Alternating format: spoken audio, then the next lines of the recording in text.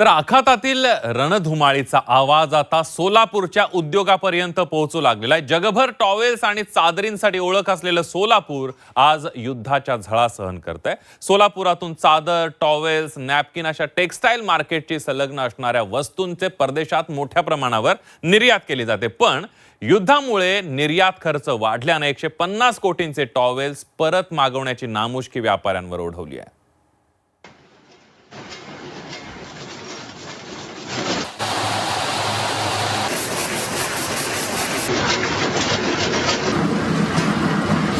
आखातात पेटलेली युद्धाची आग आता सोलापूरच्या उद्योगांनाही झटका देऊ लागली आहे। एकेकाळी गजबजलेले कारखाने आज अनिश्चिततेच्या छायेत उभे आहेत। आखाती देशांमध्ये सुरू असलेल्या युद्धाचा सोलापूरच्या टेक्सटाईल उद्योगावर मोठा परिणाम झालाय।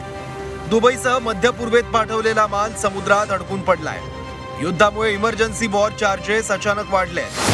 पूर्वी प्रति कंटेनर खर्च फक्त $150 होता, पण आता हा खर्च $3,000 ते $5,000 पर्यंत गेलाय।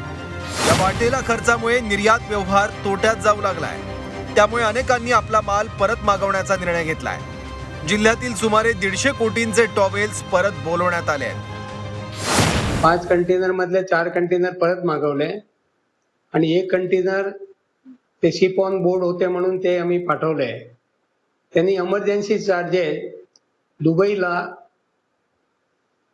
$3,000 लावले आणि इराकला $5,000।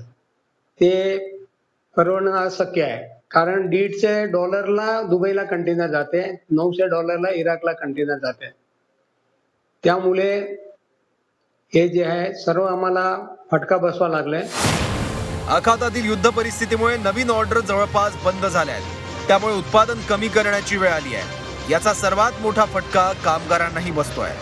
सोलापूरच्या पूर्व भागात मोठ्या प्रमाणात कामगार वास्तव्यास आहेत। हे कामगार रोजंदारीवर टेक्सटाईल उद्योगावर अवलंबून आहेत। मागणी घटल्यामुळे काही ठिकाणी कामगार कपात सुरू झाली आहे। त्यामुळे रोजीरोटीचा प्रश्न आता अधिक गंभीर होत चाललाय। टेक्सटाईल उद्योगावर सोलापुरातील अनेक कामगार अवलंबून आहेत। रोजीरोटी त्याची याच उद्योगावर अवलंबून आहे आणि यामुळे सुमारे 200 कोटीचा जी निर्यात होती तो माल परत मागवावा लागला आहे। यामुळे शेकडो कोटीचा फटका या टेक्सटाईल उद्योगाला बसला आहे आणि याची झळ आता सोलापूर शहरापर्यंत टेक्सटाईल पर्यंत पोहोचली आहे आणि या अनुषंगाने उद्योजक आणि कर्मचारी यांना एक मोठा फटका बसलेला आहे।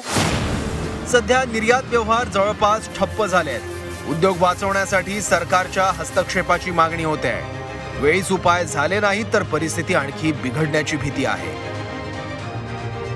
जवळपास 150 करोडपेक्षा अधिकचा माल व्यापाऱ्यांना पुन्हा परत मागवावा लागलाय। एकंदरीत इमर्जन्सी चार्जेस हे लावण्यात आल्यामुळे व्यापाऱ्यांवर नामुष्की ओढवल्याचं पाहायला मिळतंय। त्यामुळे सरकारने देखील लवकरात लवकर काहीतरी तोडगा काढावा अशी अपेक्षा आता व्यापाऱ्यांकडून केली जाते। कॅमेरामन नागेश राशिंकरसह अभिषेक अदेप्पा, झी 24 तास, सोलापूर।